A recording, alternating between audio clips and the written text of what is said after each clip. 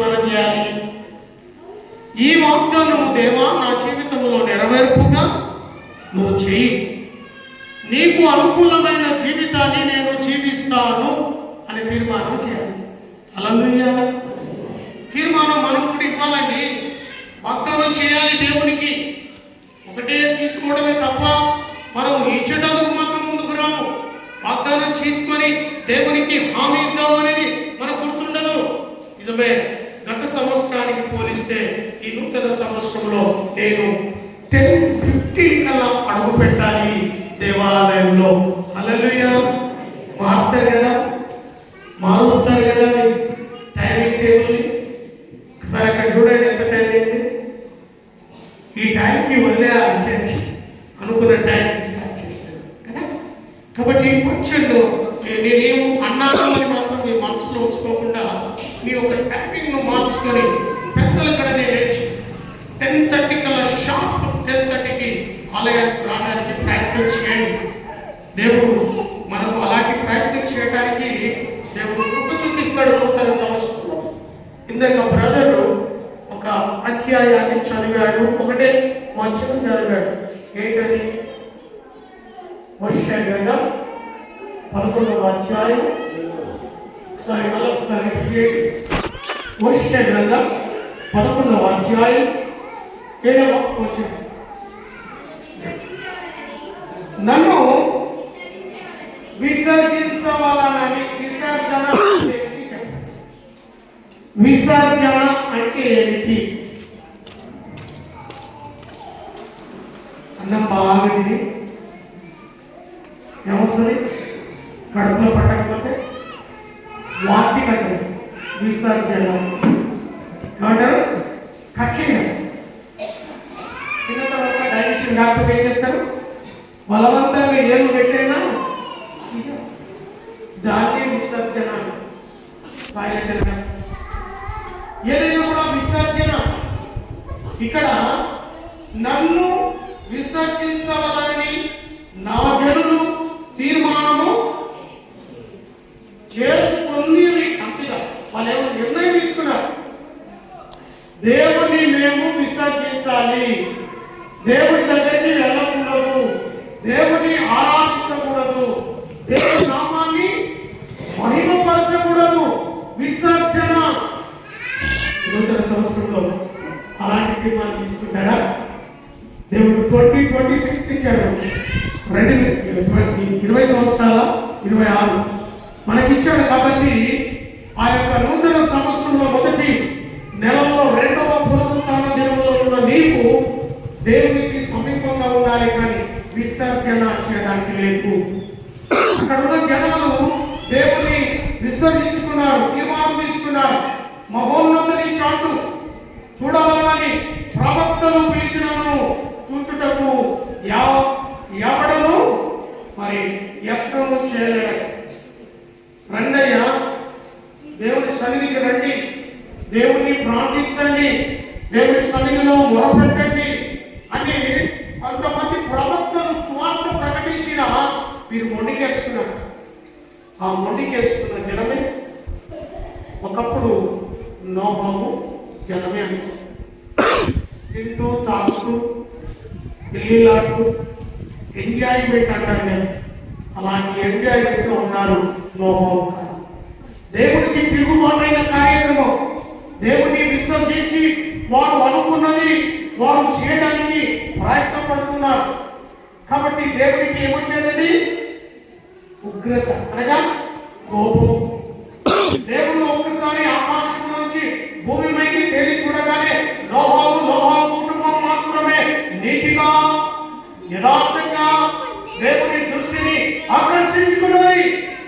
ఈరోజు ప్రశ్న, ఈ కుటుంబం కదా దేవుని ఆకర్షించే కుటుంబంగా, దేవుడు ఆకాశం నుంచి భూమిని తేలి చూసినప్పుడు నీ కుటుంబం దేవుని దృష్టిని ఆకర్షించలాగా నీ కుటుంబం కదా. దేవుడు నీకు ఇచ్చిన గర్భఫలం, బహుమానం, ఆ బహుమానంతో కలిసి దేవుని స్తుతిస్తున్నావా? నీ ఇంటిలో దేవుని కంటూ సమయం పెట్టావా? వాగ్దానం కావాలి, వాగ్దానం నెరవేర్పు కావాలి. ఉదయాన్న, సాయంకాలం, మధ్యాహ్నం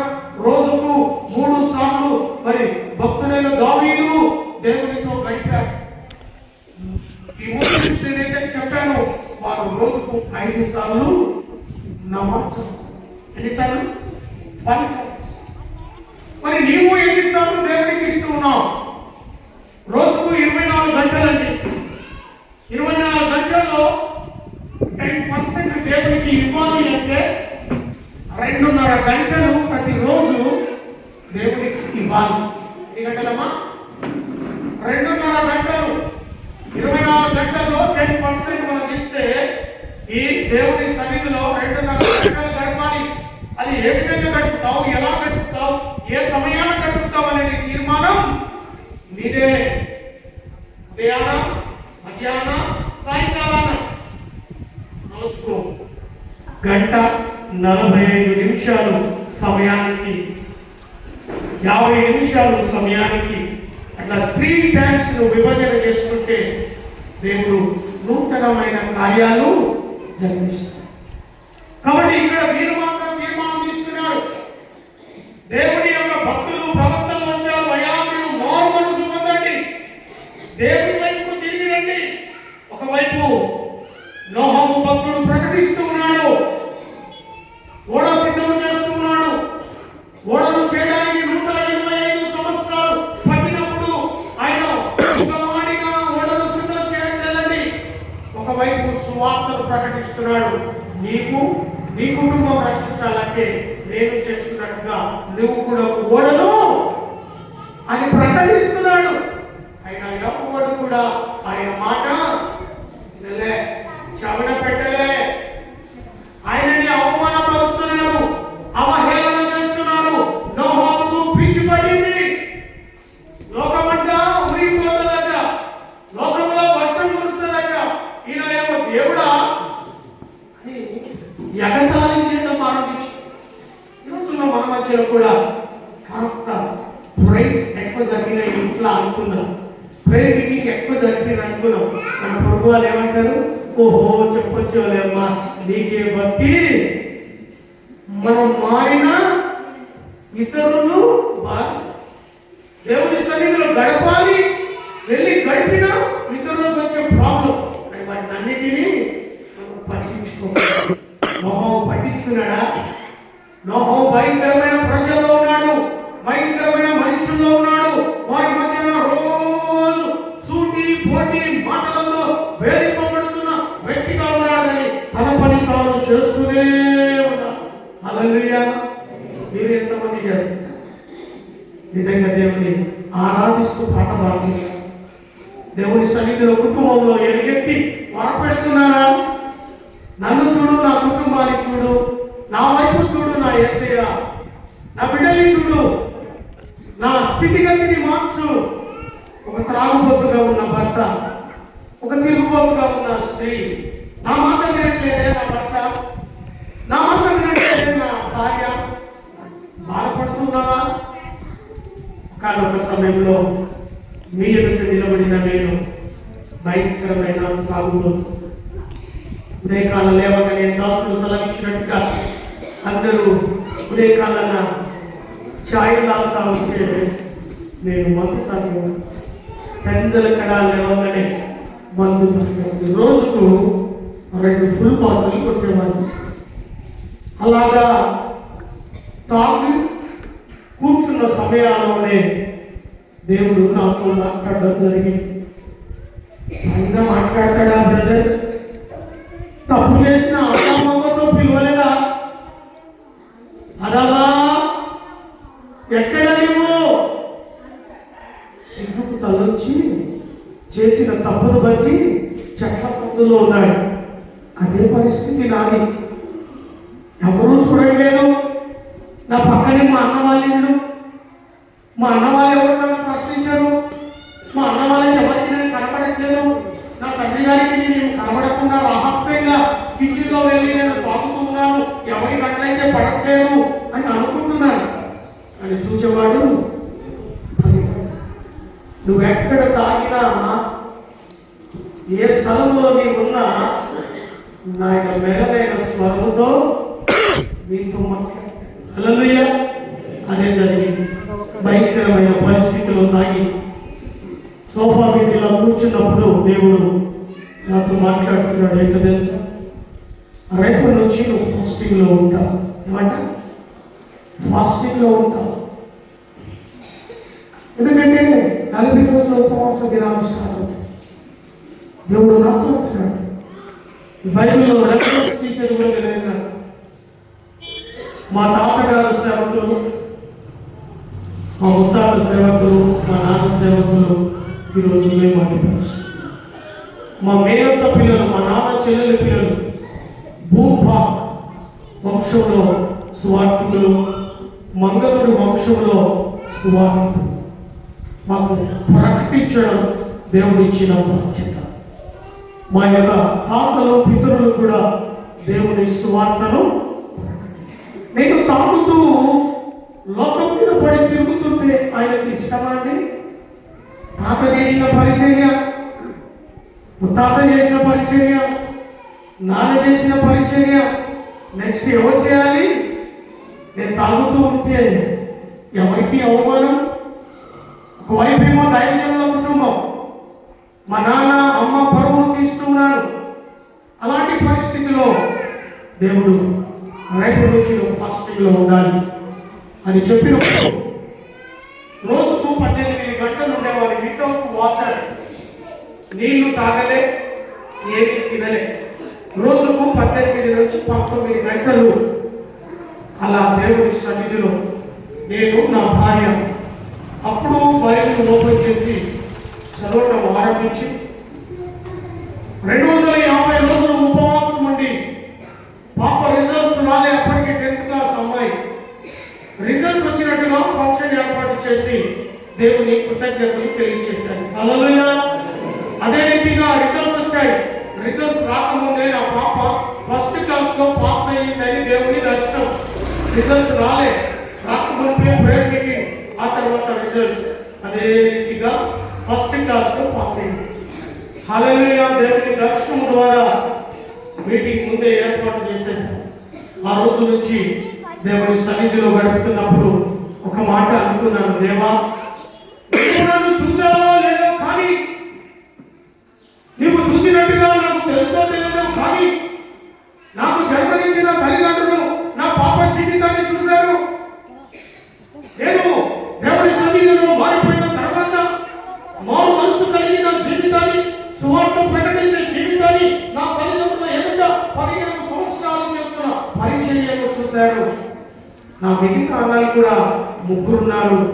వారు చేస్తున్న పరిచర్య కంటే కూడా మా నాన్న అమ్మ నన్ను మాత్రమే ఎక్కువగా మెచ్చుకున్నారు. ఎందుకనే సార్, లోకము మీద పోయిన వ్యక్తి నా తండ్రి దగ్గరికి వచ్చాడు. మా పేర్లు అవమానపరిచి, నా కుటుంబాన్ని అవమానపరిచిన నా కుమారుడు వీడు చనిపోతే బాగుండు అన్నది మా అమ్మ ఎన్నోసార్లు.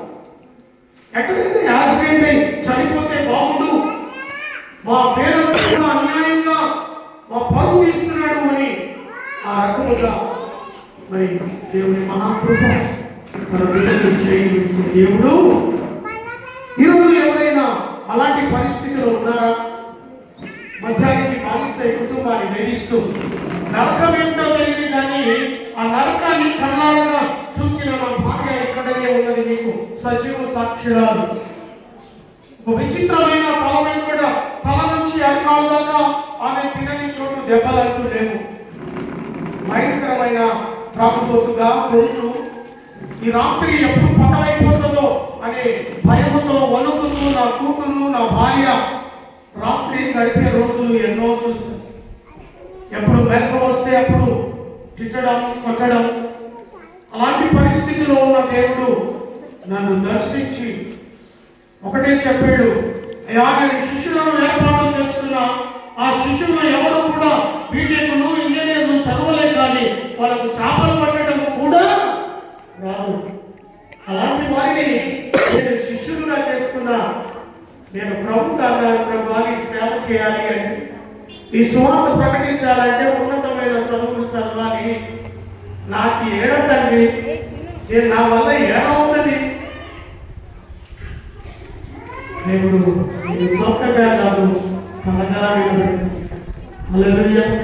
ఎక్కడో వెనకాల కూర్చునేవాడి, ఇక్కడ దైవజనుడు ప్రసంగం చెప్తే అక్కడికి ఇషారా చేసి చాలు చాలు లేగా ఏం చెప్తాను ఇంకా ఆపే అనేవాడిని.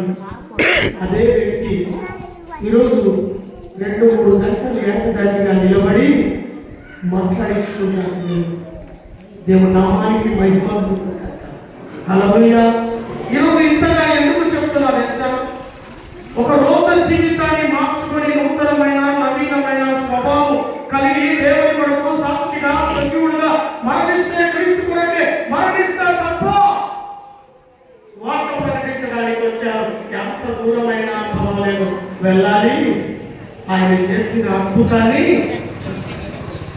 ఇది ఇలాంటి ఆశతో ముందుకు వెళ్తున్నాం. కానీ అక్కడ ఉన్న జనాలకి మాత్రం వారు దేవుని విశ్వసించారు, దేవుని సన్నిధికి రాలేకపోయారు. కానీ అక్కడ ఒక సంఘటన ఏంటో తెలుసా? ప్రవక్తలు పిలిచినను చూచుటకు ఎవడును ఎత్తనము దానికి ఇష్టపడలేదు. ఈరోజు అలాంటి మనసునికి మనం ప్రార్థించడానికి, వాక్యం చదవడానికి అలాంటి యత్నంలో ఉన్నావా? తీర్మానం తీసుకో, ఓ మంచి తీర్మానం తీసుకో. మన పితరుడైన అబ్రహాము ఒక మంచి తీర్మానం తీసుకున్నాడు. ఏంటో తెలుసా? దేవుడు ఆయనతో అంటాడు, నువ్వు ఇంకా ఎవరు ఇక్కడ నుంచి దయచేసి ఏప్రిల్ రాసిన పత్రిక ఏప్రిల్ రాసిన పత్రిక 10వ అధ్యాయం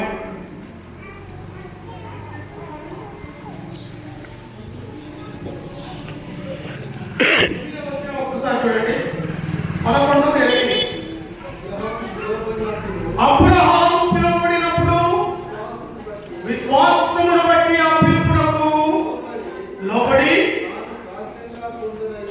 తాను స్వాస్థ్యముగా పొందనయున్న ప్రదేశమునకు అనగా బయలువెళ్ళెను. స్వాస్థ్యము అంటే స్వాస్థ్యము ఇది నాది, ఇంకోను నాది, ఈ బిడ్డలు నా బిడ్డలు, ఈ కుమార్తె నాది, ఈ కుమారుడు నాది, ఈ ఇల్లు నాది, ఈ కారు దాని ఏమంటారు? స్వాస్థ్యము. దేవుడు ఏదైతే స్వాస్థ్యంగా ఇవ్వాలి అనుకున్నాడో అబ్రహాముతో క్లియర్గా మాట్లాడలే. ఓ ఇక్కడ వెళ్ళాయా, ఈ దేశానికి వెళ్ళు, లేదా ఈ గ్రామానికి వెళ్ళు, ఈ ప్రాంతానికి వెళ్ళు అని చెప్పలే. ఎందుకంటే ఆయనకు ఎలాంటి వాడు అనేది ముందు లైన్లో మనం చదివాం. ఒకసారి ఏమంట? అబ్రహాము పిలిచినప్పుడు, పిలువబడినప్పుడు విశ్వాసమును బట్టి ఏమున్నదంట? ఏముందంట? ఈరోజు ఉందన్న ఆ విశ్వాసం. నీవు అబ్రహాము సంతానమే, నేను అబ్రహాము సంతానం. మరి ఆయనకున్నది విశ్వాసము, అదే వారసత్వములో వస్తున్న నీకున్నదా? విశ్వాసము లేకుండా దేవుడికి ఇష్టడై ఉండుట సాధ్యము. నువ్వు మొదట ఆలయం వచ్చావు అంటే ఈ రోజు మంచి వాక్యము ద్వారా విశ్వాసముతో వస్తే ఆ వాక్యము నీ హృదయాన్ని తాకుతుంది. హల్లెలూయా. అదే విశ్వాసము దేవుని ఎదుట అబ్రహామును పిలిచినప్పుడు విశ్వాసమును బట్టి ఆయన నిలబడ్డాడు, ఆయన పిలుపుకు లోబడ్డాడు. దైవజనుడు అమ్మాని ఆ మాటకు ఆ వ్యక్తి ఏమైపోతుంది? విశ్వాసంలో ఆ పిలుపుకు లోబడి రావాలని చేస్తాడు. నేను ఎందుకు రావాలి? నువ్వు పిలిస్తే నేను రావాలా? మారు క్వశ్చన్ ఉండదు. దేవుని నిజమైన బిడ్డలు, దేవుడు నిజంగా వారిని పేరు పెట్టి పిలిచిన బిడ్డలు, అటు జనగము దేవుని ప్రశ్నించదు. నాకే కావాలా? మా కుటుంబానికే జరగాల? మా ఇంట్లోనే జరగాల? నేను రెగ్యులర్గా చర్చికి వెళ్తా, నేను రెగ్యులర్గా పాటలు పడతా, వాక్యం చదువుతా. నా బిడ్డనే పిల్లలు కావాలా? నా బిడ్డకి ఉద్యోగం దొరకదా? ఎన్నో సమస్యలు మనం ప్రశ్నించడానికి రాలేదు. దేవుడి వాక్యాన్ని విని ఆయనలో నిలబడడానికి వచ్చాం. హల్లెలూయా. ఎవరైనా నీతి యోరున నాటబడినదై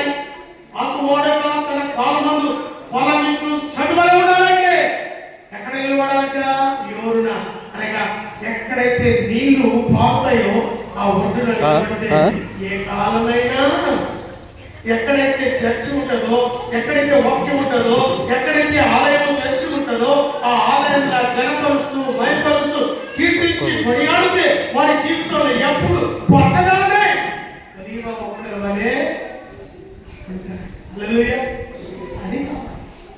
అది మనలో మార్పు. కాబట్టి అబ్రాహాము పిలిచినప్పుడు ఆ పిలుపుకు విశ్వాసమై ఉన్నాడు కాబట్టి ఆరు మాట మాట్లాడాలి. ఆయన స్వాస్థ్యముగా పొందనై ఉన్న దేశములకు వెళ్ళటకు ఆయన మరి ఎక్కడకు వెళ్ళాలి అని ప్రశ్నించాలి. మనమైతే ఎదురు ప్రశ్న చేస్తాం. ఏమేస్తాం? ఏమన్నా బండి నా పనికి ఇవాళ ఏమంటారు? సౌలత్ కావాలి. దాంట్లో పోయినా బాబు అంటే 1 కిలోమీటర్ ఉంటుంది నడిచాను. ఏమంటారు? బండి కదా సార్ ఇట్లా పోయి వస్తాను. వెనకటికి వీళ్ళ తాతగారైనా మా తాతగారైనా మా నాన్నలైనా వీళ్ళ నాయనైనా గుర్రం బండిలు లేకుంటే కారణాలు 20-30 కిలోమీటర్ల రోజుకు మినిమం నడిచి సువార్త ప్రకటించడం. హల్లెలూయా. మినిమం తక్కువ ఒక 30 కిలోమీటర్లు నడవాలి రోజుకు. 2 గ్రామాలు 3 గ్రామాలను దర్శించాలి అంటే ఇక్కడ ఒక తాండా ఉంటే ఎక్కడో 15 కిలోమీటర్లు ఒక తాండా. నమ్మల మధ్యలో సువార్త చేయాలి అంటే తాండాలకు వెళ్ళాలంటే బస్సులు లేవు, ఆటోలు లేవు. మేము పుట్టినప్పుడు కూడా మమ్మల్ని ఎత్తుకొని తిరిగేవాళ్ళు. నా వయసు 55 సంవత్సరాలు. నేను చిన్నగా ఉన్నప్పుడు నాకు గుర్తుంది, మా నాన్న మా అమ్మ భుజం మీద వేసుకొని మమ్మల్ని ఎత్తుకొని స్వార్థకు తెచ్చిన రోజు. కాబట్టి నా ప్రియ సహోదరి సహోదరుడా, దేవుని పిలుపుకు లోబడితే మారును. ఎందుకంటే మన పితరుడు వేయలే, మన పితరుడు అడగలే. అబ్రహాము దేవుని ఏ మాట కూడా క్వశ్చన్ వేయలే. అయ్యా ఎందుకు పిలిచావు, ఎక్కడికి వెళ్ళాలి, ఏ ప్రాంతానికి వెళ్ళాలి అడగలే. తెలియకనే బయలుదేరాడు. నెత్తికి దిగేసి తీసుకొని పోతనే ఎందుకు ఎక్కడికైతే వెళ్తాడో ఆ దేశం అనేది స్వాస్థ్యం అని నా సొత్తు అనేది. అలాగే మన జీవితంలో నిన్ను దేవుడు ఆశీర్వదించాలంటే గలమెత్తి దేవుని ప్రశ్నించకు. హల్లెలూయా. మొదటిగా గుర్తించు. ప్రాబ్లమ్స్ నీకు వస్తాయి, అవతల అన్నిటికీ వస్తుంది. ముస్లిమ్స్ కి కూడా ప్రాబ్లమ్స్ వస్తాయి. అనారోగ్యం నీకు వస్తుంది, వాళ్ళకి వస్తుంది. అని నీకు ఒక విశ్వాసం నీకుంది ఏంటో తెలుసా? దేవుడు నన్ను స్వస్థపరుస్తాడు. ఎంతమంది అవునా? ఆ విశ్వాసం దేవుడు మనకి ఇచ్చాడు. కాబట్టి అబ్రహాములో నుంచి వచ్చాం, అబ్రహాము సంతానం నుంచి వచ్చాం. అబ్రహాముకున్న విశ్వాసము మనకు కూడా కలిగి మొదటి పాయింట్. రెండవ పాయింట్, ఆయన విశ్వాసమును బట్టి దేవుని పిలుపులకు లోబడిన కుమారుడిగా అబ్రహాము గారు చూస్తారు. అదే విధంగా 19వ వచనం ఒక్కసారి చూడండి. 17-19. అబ్రహాము శోధింపబడి విశ్వాసమును బట్టి ఇస్సాకును బలిగా ఇష్టం చేశాడా లేకపోతే క్వశ్చన్ మార్క్ ముగించాడు. అంటే రెండవది మనం గమనిస్తే వృద్ధాప్యంలో పుట్టిన కుమారుడు ఇస్సాకు. అప్పటికి 100 ఏళ్లకు పైబడిన అబ్రహాం గారు, నీకేకైక కుమారుడు ఉన్నాడు, ఆ కుమారుడిని నువ్వు నాకు బలిగా ఇవ్వు. ఈ నూతన సంవత్సరంలో దేవుడు మీతో మాట్లాడుతున్నాడు. మీ ఎవరి బిడ్డలు నా సేవకు కావాలి అంటాడు. తీయడానికి సిద్ధమా? హల్లెలూయా. మీ ఎవరి కుటుంబంలో ఒక కుమారుని దేవుడి కొరకు సమర్పణ, దేవుడి పరిచర్య నిమిత్తం మీ కుమారుని వాడాలనుకుంటున్నాడు దేవుడు. అని అబ్రహాముతో వాడుకుంటా అని చెప్పలే. నీ కుమారుని నాకు బలిగా. బలి అంటే ఏంటి? చంపేయడమే. దేవుడి సన్నిధిలో తీసుకెళ్ళి అతికించడమే. బలి ఏర్పడంటే నువ్వు నేను ఒప్పుకుంటామండి. అలాగా ఉంటాడు. ఏదైతే వదిలిపెట్టు, ఇది కాకుండా ఇంకోటాడు ఇలా చేస్తానని మీరు విడిచిపెట్టు, మనం ఇస్తాం. అబ్రహాము ఇక్కడ కూడా అలా ఎక్కలే. మారు మాట ప్రభువాని చిత్తం, నువ్వు ఎక్కడికి ఎలా వెళ్ళి నా కుమారుని కుమారుడు అడుగుతాడు దారిలో, నానా కర్రలమై సమస్తానికి మనం పట్టుకెళ్తున్నాం కానీ మళ్ళీ పెట్టడానికి వరమేంటి? కుమారుడికి డౌట్ వచ్చి నీకైనా తండ్రి అంటాడు కుమారుడిని, అది దేవుడు చూసుకుంటాడు. హల్లెలూయా. అది ఆయన పని, మనం వెళ్ళే పనే. మనం మాట మాట్లాడకుండా దేవుడు నాతో ఏది సెలవించు చూచా తప్పక ఆ పని చేయడం మనం వెళ్ళాలి. రెండవ మాటగా కుమారుని బలిగా అర్పించడానికి కూడా ఈరోజు మీరు ప్రశ్నిస్తున్నారా? మీ బిడ్డలు చర్చికి వెళ్తున్నారా? ఆదివారం వచ్చింది, టైం మీద చర్చిలో కూర్చుంటున్నారా? వాక్యాన్ని వింటున్నారా? వాక్యం ముందు స్థిరులై ఉన్నారా? దేవుని యందు భయభక్తులు కలిగి ఉన్నారా? దేవుడు అంటే భయము భక్తి టీచర్స్ ఇయ్యరు, తల్లిదండ్రులైన మనమే బిడ్డలకు నేర్పాలి. అవుతుందా? అది చెప్పకపోతే ఆశ్చర్యం అనిపిస్తూ ఉంటుంది. అదే మీతో నేను మర్చిపోతాను. వాళ్ళకు చెప్తున్నాను, వాళ్ళకు ఎవరెవరే చెప్తున్నాడు. కానీ వెళ్తూ ఉంటాడు. ఎక్కడికి వెళ్తారు తెలుసా? రాయిని, ఆ రాయిలో జీవం ఉండదు. ఆ జీవం కదలదు, మెదలదు, నోరు నుండి మాట్లాడదు, కన్ను నుండి చూడవు, చెవు నుండి వినవు, చేతు నుండి పట్టుకోవు, కాలు నుండి ఆ మూగా ఆ రాతి దగ్గరికి వెళ్ళినప్పుడే వారికి ఎంత విశ్వాసం ఉన్నారో మీరు చూడండి. వాళ్ళకు చెప్పులు కూడా పట్టబట్టలు, తిరుగుల బొట్టు, చేతిలో గమ్మలు, పువ్వులు, కాయ, ఎంత నమ్మకంగా ఆ రాయి దగ్గరికి వెళ్తారో. సజీవుడైన దేవుడు నీ కొరకు నా కొరకు ప్రాణం పెట్టి సమాధి చేయబడి 3 దినాల తర్వాత లేచి సమాధిని గెలిచిన దేవుడు ఎవరైనా ఉన్నారంటే ప్రపంచంలో ఒకే ఒక్క దేవుడు, ఆయన్నే ప్రభువు అయిన యేసు. ఆయన దగ్గరికి వెళ్తున్నామంటే నువ్వు నేను ఎలా వెళ్ళాలని ఎక్కడ ఉంటే వెళ్ళిపోతే నడుస్తుంది. ఏమంటే నా దేవుడు క్షమిస్తాడు, ఎందుకంటే అబ్రాహం గారు సారీ బెనియా గారు క్షమిస్తాడని చెప్తాడు కదా దేవుడు. క్షమించేస్తాడు. దేవుడు రోషం కలిగిన రోషం కలిగిన దేవుడు. అపవాది అంటే అయ్యా ఎక్కడి నుంచి వస్తున్నావు నువ్వు అని దేవుడు అడిగితే అటు ఇటు తిరుగుతూ నీ దగ్గరికి నేను వచ్చాను. ఎందుకు వస్తాడు? నీ నా సంగతి చెప్పని మనకి వేరే పని ఏం లేదు. ఎవరి పని ఉందా మనకి? అపవాదికి మన యొక్క స్థితిగతులు చెప్పడానికే పోతాడు వాడు. ఎందుకు తెలుసా? నా యోగ విషయం ఏమైంది అని ఎవరిని అడిగాడు దేవుడు? సాతాను అడుగుతాడు. ఏమి ఇట్టొచ్చినావు? ఏం కదా ఎట్లున్నాడు నా భక్తుడు? ఏముంది బాగున్నాడు, చాలా నీతి భక్తుడు. ఎవరు చెప్తున్నాడు? సాతాను చెప్తుందండి. నీతిమంతుడు భక్తిపరుడు అలాంటి సాక్ష్యం ఉందా? సాతాను చెప్పగల సాక్ష్యం నీకుందా? దేవుని ఎదుట దేవుని సన్నిధిలో నీ కొరకు ఒక సాక్షిగా అపవాది మోసుకొని వెళ్తున్న ఆ సాక్ష్యంలో నీ పాలు పప్పులు ఉన్నాయా? నీ గురించి చెప్పాలి.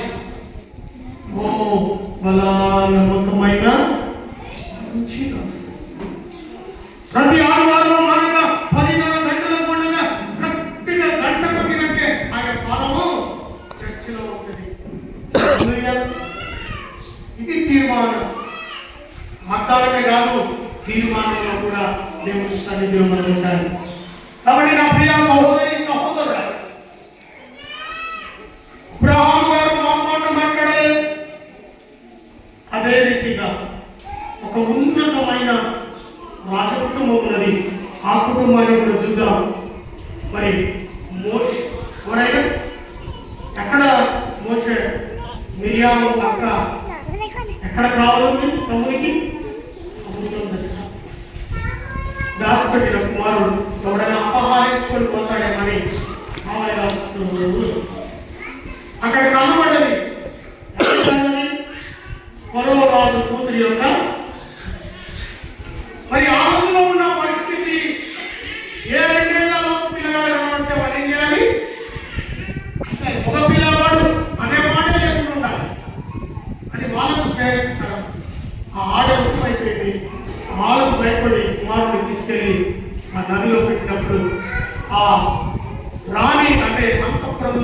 ఆ మరో కూతురు యొక్క కన్నులో ఆ బాలుడు కలగానే అదే తల్లి ఆ తల్లి పాలు అవుతుంది తన కన్న తల్లితోనే ఆయన రాజ కుటుంబంలో పెరుగుతూ వచ్చి ఎలా వచ్చాడంట?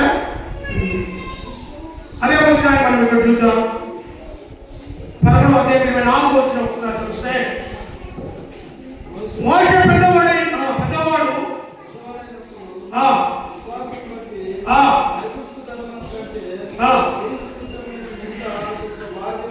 తెలుసుకొని కంటే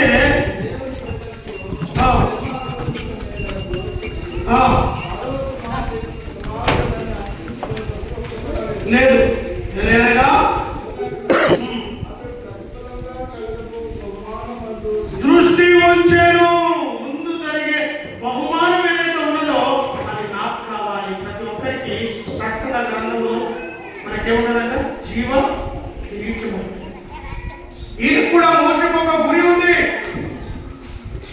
ఆ గురి గురించి ఆయన ఎదుగుదల మొత్తం అంతఃపురంలో రాజు అంటే రాజు అంటే ఎట్లా ఉంటుందో తెలుసు, రాజు దర్బారు ఎట్లా ఉంటుందో తెలుసు.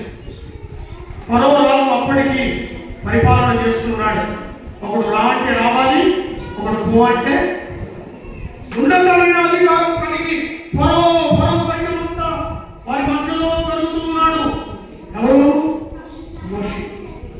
అప్పటికి ఆయన పెద్దవాడయ్యా, ఇంచుమించు ఒక 24-27 యవనస్తుడుగా వాక్యం సెలవిస్తుంది.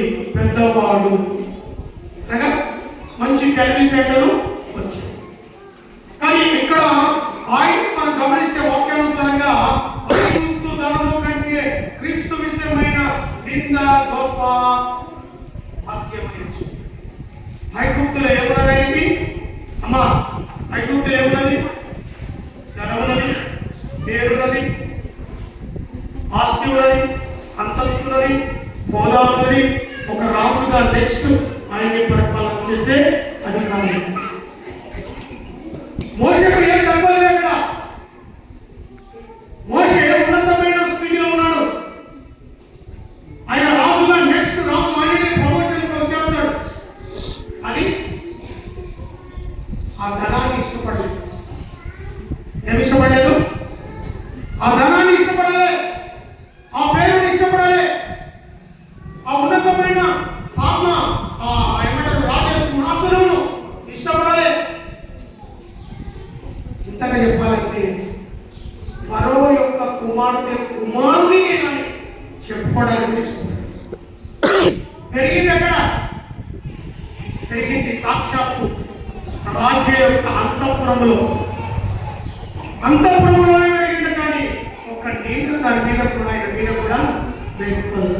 మనమైతే ఒక ఎమ్మెల్యే, ఒక సర్పంచ్ తెలిస్తే వాళ్ళని ఊళ్ళో సర్పంచ్ నాకు తెలుసు, ఈ ఊళ్ళో సర్పంచ్ నాకు తెలుసు, ఎవడేం చేస్తారు చేయడం. నెక్స్ట్ రాజే. కానీ ఎటువంటి పరిస్థితిలో మోషే అలాంటి పేరు చెప్పుకోవడానికి ఇష్టపడాలి. ఆ బామ్మడి ఈయనకంటే పెద్ద చెకప్ సార్ తెలుసు కదా, సీఎం సెక్రటరీ ఆఫీస్లో పనిచేస్తాం. మేము కూడా బాగుంది చెప్పుకుంటాం. ఉన్నతంగా చాలా మంది చెప్పుకొని తిరుగుతారు, వ్యాపారాలు చేస్తారు. అలాంటి తప్పు పని మోసే సాక్షాత్తు వాళ్ళ కూడా తిన్నాడు, వాళ్ళనే పండుకున్నాడు. ప్రజల కొరకు మాత్రమే ఆయన క్రీస్తు బిడ్డల నిమిత్తమై ఆయన ఆలోచన చేస్తున్నాడు. కాబట్టి ఆయన ఏమంటాడు? ధనము కంటే క్రీస్తు విషయమైన ఇంత గొప్ప వాక్యమని ఎంచుకొని అల్పకాల పాపభావం అనుభవించుట కంటే దేవుని ప్రజలతో శ్రమ అనుభవించుట మేలు. ఆయన సుఖమైన జీవితం జీవించాడంటే శ్రమల పాలైతే అంటాడు. దేవుని నీ తీర్మానం అయిపోయిందయ్యా, నువ్వు ఉన్నతంగా ఉంటే ఆయన ప్రజలను 40 సంవత్సరాలు నడపాలి ఎవరు? ఆయన కష్ట సుఖాల్లో ముందుండేది ఎవరు? దేవుడు అంటాడు, దేవుడికి అంటాడు, నేను నత్తివాడిని, ఎందుకు పనికిరాని మాటలే సకాలంలో మాట్లాడితే ఎట్లా ఎట్లా అంటే నత్తి కదా, నత్తి అంటే కూడా అనే అంటారు చూడండి, ఒక మాట ఒత్తి పలికి వదిలేసి మళ్ళా మాట అలాగే నత్తి. స్పష్టంగా మాట్లాడడం రాదు ఎవరికి? మోషకి. స్పష్టంగా పలకడం రాదు ఒక మాట, కానీ 40 సంవత్సరాలు తన ప్రజలకు నాయకుడిగా ఉన్నాడు. హల్లెలూయా. ఒక మాట అంటాడు ఇక్కడ కింద, ఏమంటాడు? మరి ప్రజలతో శ్రమ అనుభవించి ఫరో కుమారుడని కుమార్తె యొక్క కుమారుడని కనిపించుకున్నట్టు ఒప్పుకొనా లేదు. సీఎం సార్ ఎమ్మెల్యే సార్ శాసన సాగుతున్నాడు, ఎంత చెప్తారు? ముందు పోయి ఒక్కొక్క వ్యక్తి కలెక్టర్ సార్ వస్తున్నాడు. అలాగా ఫరో మనుగడ వస్తున్నాడు, ఫరో కుమార్తె యొక్క కుమారుడు వస్తున్నాడు అని చాటింగ్ చేస్తాడు. ఇష్టపడ్డాడు. నేను ఎవరిని కూడా ఎవరికి అంత రహస్యంగా మెయింటైన్ చేశాడు అంటే అది దేవుని ప్రణాళిక. ఎర్ర చిన్నగా ఏమన్నా తెలంగానే గంగలో తెలుసు. మరి మరొక అంత అవకాశం ఉన్నా కూడా ఎక్కడ నోరు దాటలేదు. దేవుని యొక్క క్రమశిక్షణ కలిగి ఆయన తీసుకున్న నిర్ణయం, ఆయన తీసుకున్న వాగ్దానానికి కట్టుబడి ఐగుప్తు ధనమును ఇష్టపడలే, ఆ రాజా సింహాసనాన్ని ఇష్టపడలే, అక్కడ ఉన్న ఫుడ్ని ఇష్టపడలే, అక్కడ ఉన్న బంగారాన్ని ఆయన పేరు ప్రఖ్యాతలు ఇష్టపడలే. కానీ తన బిడ్డలైన వారి మధ్య నేను ఉండటము, అప్పటికి భయంకరమైన పరిస్థితిలో ఆ యొక్క ప్రజలు ఉన్నారు. రెండో మాటగా మరొక మాటలు నేను చెప్పి ముగిస్తాను. రూతు అందరికీ తెలుసు కదా, రూతు పాపము అత్తతో వెళ్తూ ఉంది. అప్పటికి కుమారుడు చనిపోయాడు. రూతు తన భర్త చనిపోయింది. మరి వాళ్ళందరూ కలిసి ప్రయాణం అయిపోతా ఉంటే అక్క అంటారు, అమ్మా నాకు ఇంకో కుమారుని కనలేను, నీకు ఇవ్వలేను, ఎందుకు నువ్వు నన్ను వెంబడిస్తావు? నాకు భర్త లేడు, నీ భర్త కూడా, నువ్వు తల్లిగారికి వెళ్ళిపోయి ఆయన ఇంకొక వివాహం చేసుకొని ఉంటే సరిపోతుందిలే. రూతు తీర్మానం తీసుకున్నది. ఏమని? నువ్వు ఎక్కడుంటే, నువ్వు ఎక్కడ ప్రయాణం చేస్తే నీ దేవుడే నా దేవుడు. తీర్మానం తీసుకుంటే దేవుడు ఉన్నతంగా రూతును ఆశీర్వదించాడు. అదే రీతిగా ఈరోజు నూతన సంవత్సరంలో నూతనమైన తీర్మానం తీసుకున్నప్పుడు ఇష్టపడండి. నీ జనమే నా జనము, నీ దేవుడే నా దేవుడు. సృష్టికర్త అయిన దేవుని వదిలిపెట్టకుండా విధవరాలైన స్త్రీలు కలిసి మెలిసి మొదట ఇష్టపడ్డారు. అలాంటి వారు కూడా దేవుని విడిచిపెట్టక దేవుని సాన్నిధ్యంలో ఉండాలని ప్రభు పేరును మనవి చేస్తూ, ప్రత్యేకంగా ఈ సమయాన్ని మీరు నాకు ఇచ్చి వాక్యాన్ని విన్న ప్రతి బిడ్డకు మనస్ఫూర్తిగా వచ్చి చేతులెత్తి నమస్కరిస్తున్నాను. మరి నేను చెప్పిన మొదట్లో చెప్పిన ఆ మాటలు మీరు మర్చిపోకుండా నెక్స్ట్ వీక్ 10:30 గంటల కల్లా ఎన్ని పనులున్నా ఆలయానికి వస్తారని ప్రభు పేరట మనసు చేస్తూ చిన్న ప్రార్థన చేసిన ముగిస్తూ, అందరూ వాక్యం విన్నారు, వాగ్దానం పొందుకున్న మీరు తీర్మానం తీసుకుంటున్నారా? నేను లేదు. అబ్రహాము మారు మాట మాట్లాడకుండా, మోషే మారు మాట మాట్లాడకుండా, మారు మాట మాట్లాడకుండా తీసుకున్న తీర్మానం ఈ నా జీవితంలో కూడా పనిచేయాలి. ప్రార్థన చేస్తున్నాను. దయచేసి తలవంచుకొని వ్యక్తిగతంగా మీ ప్రార్థనలో ప్రభువుని అడిగితేనే దేవుడు కార్యాన్ని చేస్తాడు. ఎవరు ఇక్కడి నుంచి ఒత్తి చేతులతో వెళ్ళకూడదు. దేవుడిచ్చే ఆశీర్వాదాన్ని మోసుకొని వెళ్ళాలి. మహాపరిశుద్ధులైన ప్రేమ కలిగిన తండ్రి, దయ కలిగిన యేసు ప్రభువా, మీ పాదాలకు వందనాలు. నమ్మకమైన దేవుడు, మాకు రాసుగా దేవుడుగా మీరున్నందుకు స్తోత్రం. ఇదిగో నీ బిడ్డలతో నూతన సంవత్సరం అయా, నూతన నెలలో, మొదటి నెలలో, రెండవ పునరుత్థాన దినములో అనేకమైన విషయాలు మీ బిడ్డలతో మాట్లాడాలి. వారి మీద వారు తీసుకునే తీర్మానం మీద ఈ వారపు ఆదివారపు చిత్తబడిన వాక్యము ద్వారా వారి యొక్క నిర్ణయం మీద ఆధారపడి ఉన్నది. ఏ నిర్ణయం మీద ఇక్కడి నుంచి వెళ్తారో ఆ నిర్ణయం చూసి ఆ తప్పక వారి జీవితంలో నెరవేర్పు జరగాలని ప్రార్థిస్తూ, చిత్తబడిన వాక్యం ప్రతి హృదయంలో నీరు కట్టి ఫలింపచేయగలని యేసు అతి పరిశుద్ధ నామమున అడిగి వేడుకొని ప్రార్థిస్తున్నాను తండ్రి. ఆమేన్.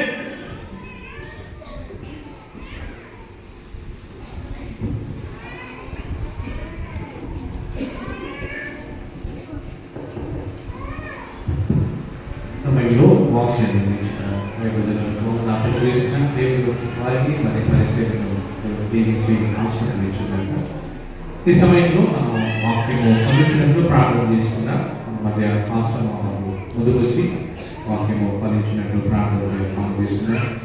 ఆ తర్వాత మన ప్రభు పరిచయం నిమిత్తము తీసుకుంటున్న ఆత్మలో మనం ఈ సమయంలో వాక్యము ఫలించినట్లు మనం ప్రార్థనలో